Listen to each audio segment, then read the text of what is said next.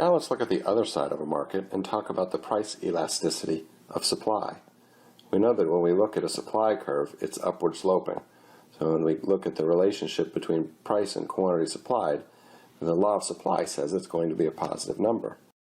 But the elasticity of supply looks at the percentage change in the quantity supplied for a percentage change in price. So it's a measure of the responsiveness of the quantity supplied to changes in price.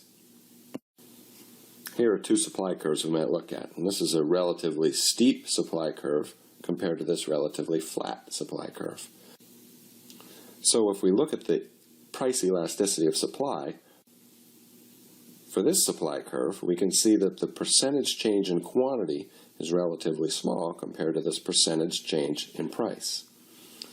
Meaning the supply curve, or the quantity supplied, is not very responsive to changes in the price level.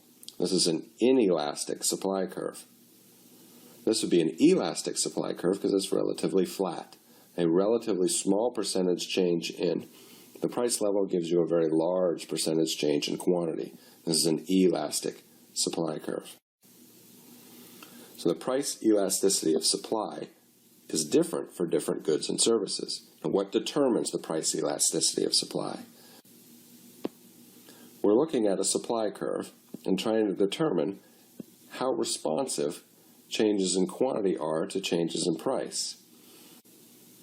So in an industry, if marginal costs increase rapidly as production goes up, then it will take a large change in prices to get a small change in quantity. And that's going to be an inelastic supply curve.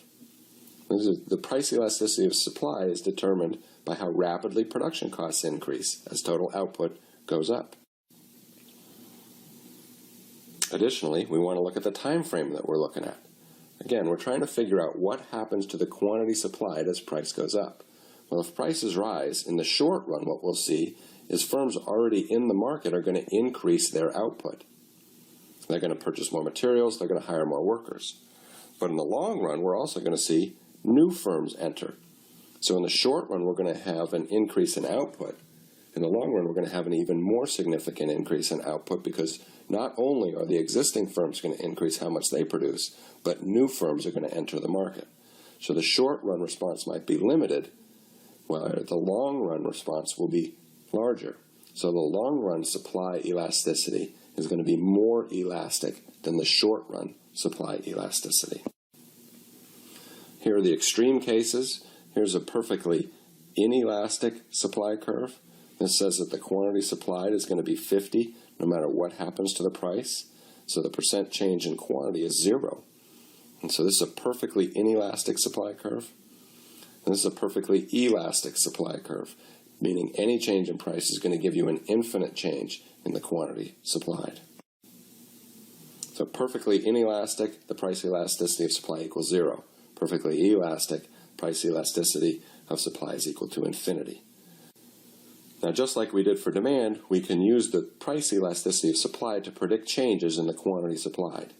Suppose we want to know the percentage change in quantity supplied. All we need to know is what the price elasticity of supply is and the percentage change in the price. If we multiply those two together, we'll get the percentage change in the quantity supplied.